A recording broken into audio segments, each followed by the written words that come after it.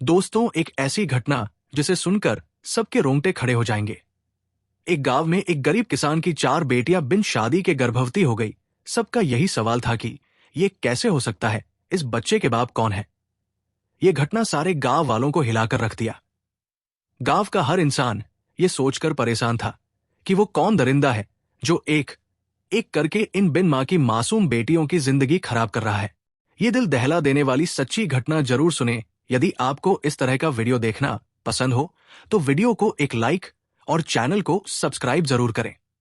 सिंधु नदी के किनारे बसे एक छोटे से गांव हरिपुर में रामदास अपनी 4 बेटियों सावित्री, कमला, राधा और छोटी बेटी अनुराधा के साथ रहता था। रामदास की पत्नी लक्ष्मी अनुराधा के जन्म के कुछ समय बाद ही बीमारी के कारण चल बसी थी। तब से रामदास ने अपनी बेटियों को मां और पिता दोनों का प्यार दिया। वो एक मेहनती किसान था जिसके पास थोड़ी सी जमीन थी और वह दिन रात मेहनत करके अपनी बेटियों को अच्छी परवरिश देता था। उसकी सबसे बड़ी बेटी सावित्री अब 22 वर्ष की हो चुकी थी और घर की जिम्मेदारियों को संभालने में अपने पिता का पूरा साथ देती थी। सावित्री एक समझदार और मेहनती लड़की थी। उसने अपनी मां की मृत्यु के बाद अपनी छोटी बहनों की देखभाल मां की तरह की थी। वो सुबह जल्दी उठकर घर का काम संभालती, खाना बनाती और अपने पिता के लिए खेत में ले जाने के लिए भोजन तैयार करती। उसकी बहनें भी घर के कामों उसका पूरा साथ देती थी। चारों बहनें आपस में बहुत प्यार और एकता के साथ रहती थी। गांव में लोग रामदास के परिवार की तारीफ करते थे और सावित्री की सुंदरता और समझदारी की चर्चा हर गली मोहल्ले में थी। एक सुहानी सुबह सूरज की पहली किरणें हरिपुर गांव में फैल रही थी। रामदास अपने छोटे से आंगन में बैठा हुआ था और सावित्री उसके लिए खाना तैयार कर रही थी। रामदास ने अपनी गहरी आवाज में कहा, सावित्री बेटी, जल्दी से खाना बांध दे, मुझे खेत पर जाना है। आज गंगा प्रसाद मेरा इंतजार कर रहा होगा। सावित्री ने रसोई से जवाब दिया, हाँ पिताजी, बस अभी तैयार करती हूं। उसने एक थाली में ताजा बनाई रोटियां, सब्जी और एक छोटा सा कटोरा खीर का रखा। खीर की मधुर खुशबू पूरे घर में फैल रही थी। रामदास ने मुस्कुराते हुए कहा, वाह बेटी, ये खीर की खुशबू तो कमाल की है। लगता है आज मेरी बेटी ने मेरे लिए खास खाना बनाया है। सावित्री ने शर्माते हुए जवाब दिया, जी पिताजी, आपको खीर बहुत पसंद है ना, इसलिए मैंने आज खास आपके लिए बनाई है। चलो अच्छा है, आज मैं पेट भरकर खाना खाऊंगा। अब मैं चलता हूं। बेटी, तुम अपनी और अपनी बहनों की देखभाल करना और हां, किसी अनजान को घर में मत आने देना, रामदास ने सावित्री को समझाते हुए कहा। सावित्री ने जवाब दिया, जी पिताजी, आप निश्चिंत रहें, आप भी अपना ख्याल रखिए। रामदास अपनी टोकरी उठाकर खेतों की ओर निकल गया। रास्ते में उसे उसका पुराना दोस्त गंगा प्रसाद मिला। गंगा प्रसाद और रामदास की दोस्ती बचपन से थी। दोनों एक दूसरे को भाई की तरह मानते थे। गंगा प्रसाद कुछ साल पहले व्यापार के सिलसिले में दूसरे गांव चला गया था, लेकिन हाल ही में वो हरिपुर वापस लौटा था। उसने हंसते हुए कहा, अरे रामदास, आज तो बहुत देर कर दी। रामदास ने जवाब दिया, हाँ कुछ नहीं, बस सावित्री से थोड़ी बात कर रहा था। गंगा प्रसाद ने पुरानी यादें ताजा करते हुए कहा, अच्छा, अब तो तुम्हारी सावित्री भी बड़ी हो गई होगी। जब वो छोटी थी तब मैं उसे अपने कंधों पर बिठाकर मेला दिखाने ले जाता था, लेकिन अब तो पूरे 10 साल बाद गांव लौटा हूं, किसी से मिलने का मौका ही नहीं मिला। रामदास ने गर्व से कहा, हाँ दोस्त, जब से लक्ष्मी का देहांत हुआ, सावित्री ने ही अपनी बहनों को मां की तरह संभाला है। मैं बहुत भाग्यशाली हूं कि मेरी बेटी इतनी समझदार है। गंगा प्रसाद ने उत्साह से कहा, फिर तो मुझे भी सावित्री और बाकी बेटियों से मिलना पड़ेगा। चल, आज रात का खाना तेरे घर पर ही खाते हैं। रामदास ने खुशी से जवाब दिया, ठीक है भाई, आज रात तू मेरे घर आ। शाम को जब सूरज ढल रहा था, रामदास गंगा प्रसाद को अपने घर ले आया। सावित्री और उसकी बहनें घर के आंगन में काम कर रही थी। रामदास ने जोर से पुकारा, सावित्री, कमला, राधा, अनुराधा, देखो कौन आया है। रामदास की आवाज सुनकर चारों बहनें बाहर आई। पिताजी, आप आ गए। और ये कौन है? सावित्री ने पूछा। रामदास ने मुस्कुराते हुए कहा, बेटी, ये मेरा दोस्त गंगा प्रसाद है। तुम्हें याद है, जब तुम छोटी थी तो ये तुम्हें मेला दिखाने ले जाया करता था। सावित्री ने हंसते हुए कहा, हाँ पिताजी, चाचा जी को भला मैं कैसे भूल सकती हूं। गंगा प्रसाद ने तारीफ करते हुए कहा, वाह सावित्री बेटी, तुम तो सचमुच बहुत बड़ी हो गई हो। बिल्कुल अपनी मां लक्ष्मी जैसी लग रही हो।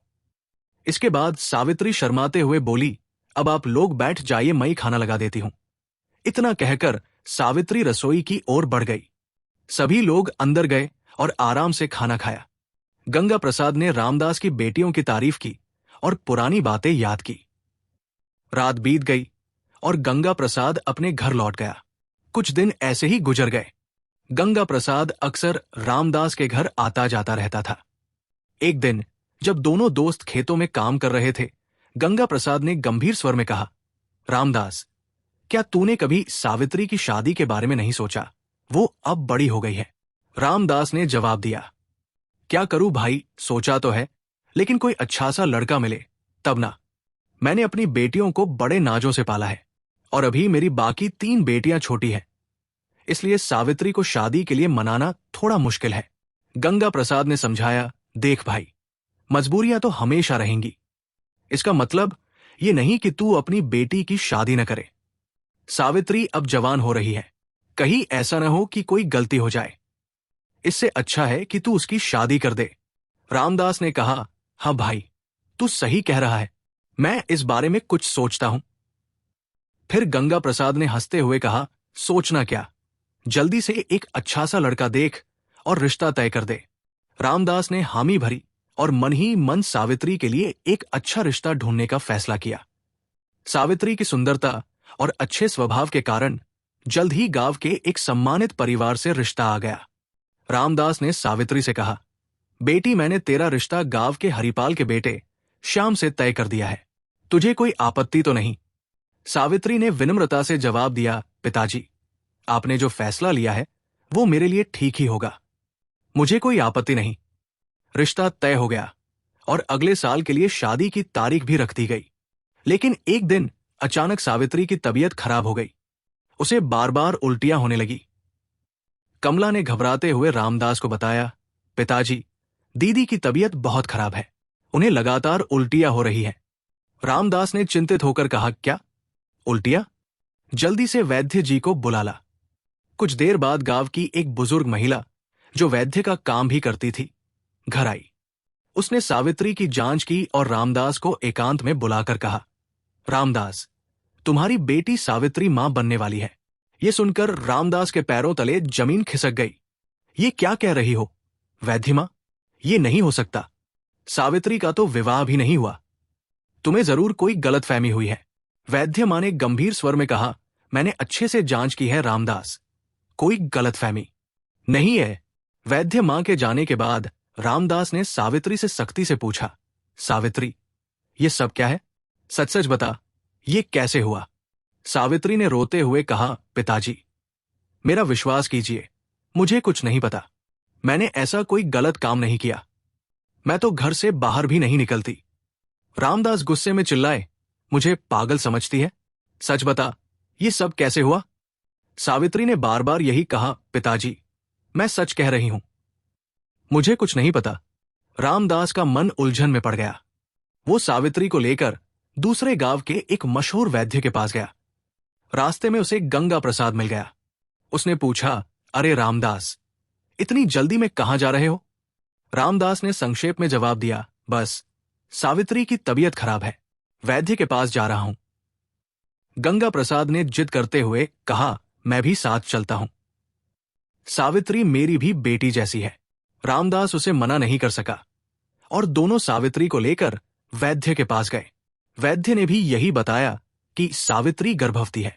यह सुनकर रामदास और गंगा प्रसाद स्तब्ध रह गए। रामदास ने सावित्री को एक सुनसान जंगल की ओर ले जाया। वहां उसने सावित्री से फिर पूछा, बेटी, सच बता, ये सब कैसे हुआ? किसका पाप है ये? सावित्री ने फिर से रोते हुए कहा, पिताजी, मुझे विश्वास कीजिए, मुझे कुछ नहीं पता। मैंने कोई गलत काम नहीं किया। रामदास ने गुस्से और दुख में कहा, यह नहीं हो सकता। तू सच नहीं बता रही। अगर यह बात गांव में फैल गई तो हमारी और तुम्हारी बहनों की बदनामी होगी। मैं ऐसा नहीं होने दूंगा। गंगा प्रसाद ने बीच में कहा। रामदास, एक बार उसकी बात तो सुन ले। लेकिन रामदास का गुस्सा और समाज का डर उस पर हावी हो गया। वो सावित्री को एक गहरे कुएं के पास ले गया। सावित्री ने घबराते हुए कहा, पिताजी, आप क्या कर रहे हैं? मुझे डर लग रहा है। रामदास ने आंसुओं के साथ कहा, मुझे माफ कर बेटी। मैं समाज के तानों और बदनामी से बचने के लिए मजबूर हूं। अगर तू रही तो मेरी बाकी बेटियों की जिंदगी बर्बाद हो जाएगी। सावित्री चिल्लाती रही, पिताजी, ऐसा मत कीजिए, मैं सच कह रही हूं। लेकिन रामदास ने उसकी एक न सुनी और उसे कुएं में धक्का दे दिया। सावित्री की चीखें जंगल में गूंजी और फिर सब शांत हो गया। गंगा प्रसाद ने हैरानी और दुख से कहा, ये तूने क्या किया रामदास? रामदास ने टूटे हुए स्वर में कहा, मुझे और कोई रास्ता नहीं दिखा। मैं अपनी बाकी बेटियों की जिंदगी नहीं बर्बाद होने दे सकता। दोनों चुपचाप अपने अपने घर लौट गए। रामदास जब घर पहुंचा तो उसकी तीनों बेटियां कमला, राधा और अनुराधा ने पूछा, पिताजी, आप अकेले क्यों आए? दीदी कहाँ है? रामदास ने बहाना बनाते हुए कहा, सावित्री को मैं तुम्हारी बुआ के पास छोड़ आया। उसकी तबीयत ठीक नहीं थी, तो वहां वो ठीक हो जाएगी। फिर तो आपने अच्छा किया। पिताजी, चलिए खाना खा लीजिए, कमला ने कहा। लेकिन रामदास का मन भारी था। वो खाना खाने से मना करके बाहर चला गया। रात में अकेले बैठकर वो सोचता रहा, आज तो मैं इनके सवालों से बच गया, लेकिन आगे क्या होगा? अगर कोई फिर से सावित्री के बारे में पूछेगा तो मैं क्या जवाब दूंगा? कुछ महीने बीत गए। रामदास हर दिन सावित्री की याद में परेशान रहता था। वो गांव वालों के सवालों से बचने के लिए बहाने बनाता। लेकिन एक दिन फिर से एक नया संकट आ खड़ा हुआ। उसकी दूसरी बेटी कमला की तबीयत खराब हो गई। उसे भी उल्टियां और चक्कर आने लगे। कमला ने कमजोर आवाज में कहा, पिताजी, मुझे नहीं पता क्या हुआ। कल रात से उल्टियां हो रही हैं और मुझे चक्कर आ रहे हैं। रामदास का दिल धक से रह गया। हे भगवान, कहीं ये भी वही। उसने मन ही मन सोचा। वो तुरंत एक ऐसे वैद्य को बुलाने गया जिसे गांव में कम लोग जानते थे। वैद्य ने कमला की जांच की और रामदास को बताया, तुम्हारी बेटी मां बनने वाली है। यह सुनकर रामदास का गुस्सा और डर फिर से भड़क उठा। उसने कमला से पूछा, ये क्या सुन रहा हूं? सच बता, ये सब कैसे हुआ? कमला ने कमजोर आवाज में कहा, पिताजी, मुझे मेरी मां की कसम, मुझे कुछ नहीं पता। मैंने कोई गलत काम नहीं किया। रामदास गुस्से में चिल्लाया, तू भी वही बात कह रही है जो सावित्री कह रही थी। मैं अब और बदनामी नहीं सह सकता। कमला ने रोते हुए कहा, पिताजी, मैं सच कह रही हूं। अगर आपको मुझ पर यकीन नहीं तो मैं अपनी जान दे दूंगी। रामदास ने उसे रोक लिया और कहा, नहीं बेटी, ऐसा मत कर। मुझे तेरी बात पर यकीन है, लेकिन इस समस्या का कोई हल निकालना होगा। रामदास को अब समझ आ गया कि यह कोई साधारण बात नहीं है। उसने फैसला किया कि वह इस बार राजा विक्रमादित्य के पास जाएगा। वो कमला को घर पर छोड़कर महल की ओर निकल गया। महल में राजा विक्रमादित्य अपनी सभा में बैठे थे। रामदास ने उनके सामने जाकर कहा, महाराज, मेरी मदद कीजिए, मैं बहुत बड़ी मुसीबत में हूं। राजा ने पूछा, क्या हुआ? रामदास, तुम इतने परेशान क्यों हो? महाराज, ये बात मैं सबके सामने नहीं कह सकता। कृपया मुझे आपसे एकांत में बात करने का मौका दें। रामदास ने विनती की। राजा ने उसे अपने कक्ष में बुलाया और पूछा, अब बताओ, क्या बात है? रामदास ने सारी कहानी, सावित्री की बीमारी, वैद्य की बात और अपने भयानक निर्णय सब कुछ राजा को बता दिया। उसने ये भी बताया कि अब उसकी दूसरी बेटी कमला के साथ भी वही हुआ है। रामदास ने आंसुओं के साथ कहा, महाराज, मेरी बेटियां बहुत समझदार है। वे घर से बाहर नहीं निकलती। फिर भी ये सब कैसे हो रहा है? मैं आपसे न्याय की गुहार लगाने आया हूं। राजा विक्रमादित्य गहरी सोच में पड़ गए। ये मामला वाकई बहुत गंभीर है। तुमने अपनी बड़ी बेटी की बात पर यकीन नहीं किया और उसे मार डाला। ये तुम्हारी सबसे बड़ी गलती थी। अगर तुम तब मेरे पास आते तो शायद आज ये नौबत ना आती।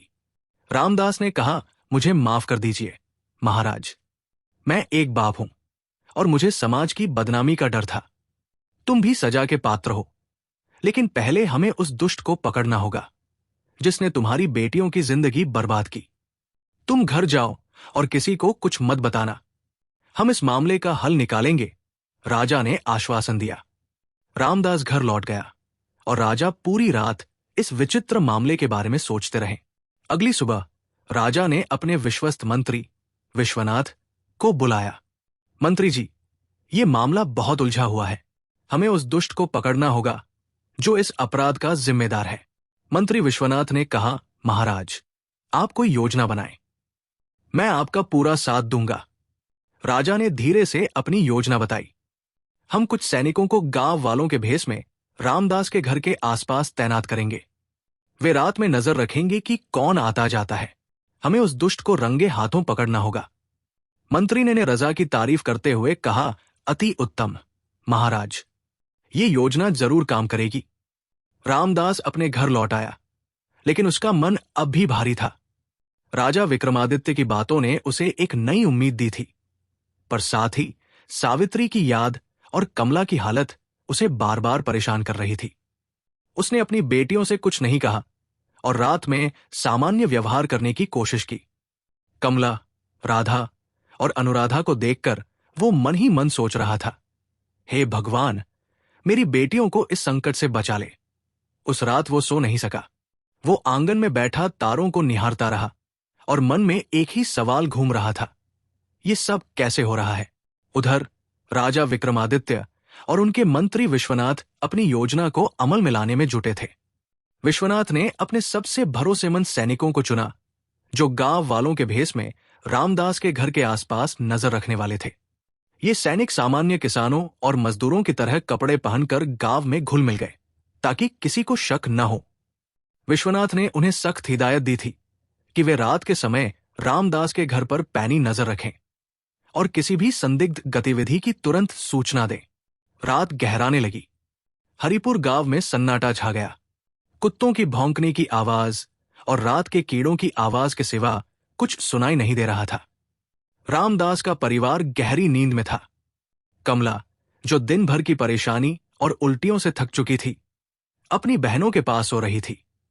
रामदास भी आखिरकार थकान के मारे अपनी चारपाई पर लेट गया, लेकिन उसकी आंखें खुली थी। आधी रात को एक काले कपड़े से चेहरा ढका हुआ व्यक्ति चुपके से रामदास के घर की ओर बढ़ा। उसकी चाल सावधान थी, जैसे वो नहीं चाहता था कि कोई उसे देख ले। वो घर के पिछले हिस्से में बने छोटे से दरवाजे की ओर गया, जो आंगन में खुलता था। सैनिक, जो पास के पेड़ों और झाड़ियों में छिपे थे, उसकी हर हरकत पर नजर रख रहे थे। जैसे ही उसने दरवाजे की सांकल खोलने की कोशिश की, एक सैनिक ने चुपके से एक जाल फेंका। ये जाल विशेष रूप से तैयार किया गया था, जिसमें तेज कांटे लगे थे। जाल उस व्यक्ति के पैरों में उलझ गया और वो दर्द से चीखते हुए जमीन पर गिर पड़ा। पैरों में कांटे चुभने के कारण वो जोर से चीखा। उसकी चीख रात के सन्नाटे को चीर गई। उसी समय सैनिकों ने एक बड़ा लोहे का पिंजरा, जो पहले से पेड़ पर लटका हुआ था, नीचे गिरा दिया। पिंजरा उस व्यक्ति के ऊपर आ गिरा और वो उसमें फंस गया। पिंजरे की आवाज से रामदास और उसकी बेटियां जाग गई। आसपास के कुछ गांव वाले भी बाहर निकल आए। सैनिकों ने तुरंत स्थिति को संभाला और भीड़ को शांत किया। रामदास गुस्से और आश्चर्य से चिल्लाया, ये कौन है? मेरे घर में चुपके से घुस रहा था। एक सैनिक ने कहा, इसे महल ले चलो, महाराज इसका फैसला करेंगे। रामदास, कमला और कुछ गांव वाले सैनिकों के साथ उस व्यक्ति को पकड़कर महल की ओर चल दिए। पिंजरे में बंद उस व्यक्ति का चेहरा अभी भी काले कपड़े से ढका था। रामदास का दिल जोर जोर से धड़क रहा था। वो सोच रहा था, ये कौन हो सकता है? मेरी बेटियों के साथ ये घिनौनी हरकत किसने की? महल में राजा विक्रमादित्य को रात में ही सूचना मिल गई थी। वे अपनी सभा में बैठे थे और उनके चेहरे पर गंभीरता थी। सैनिक उस पिंजरे को सभा के बीचों बीच ले आए।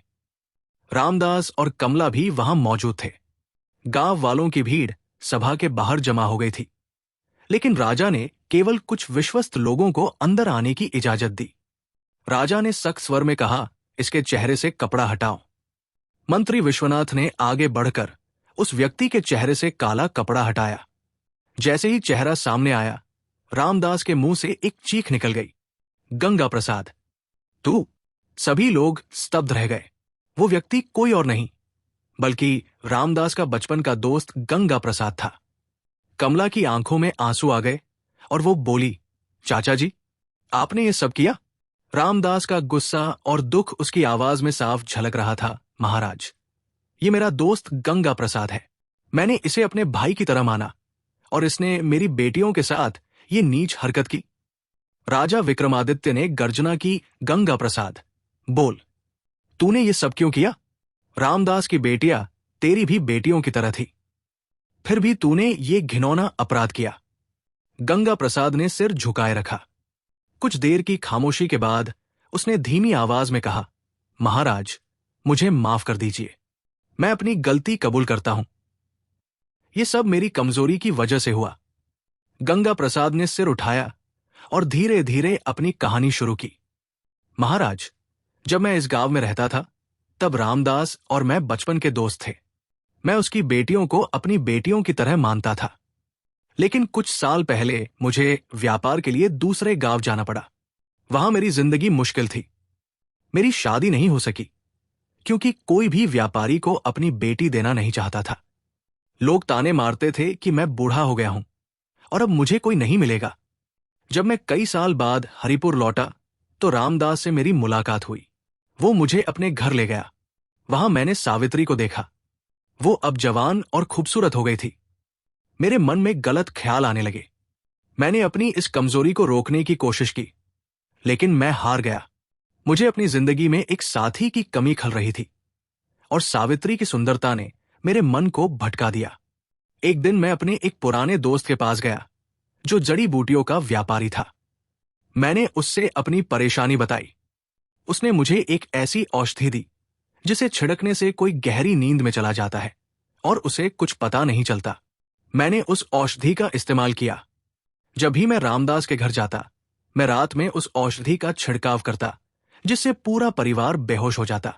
फिर मैंने अपनी गलत मंशा पूरी की।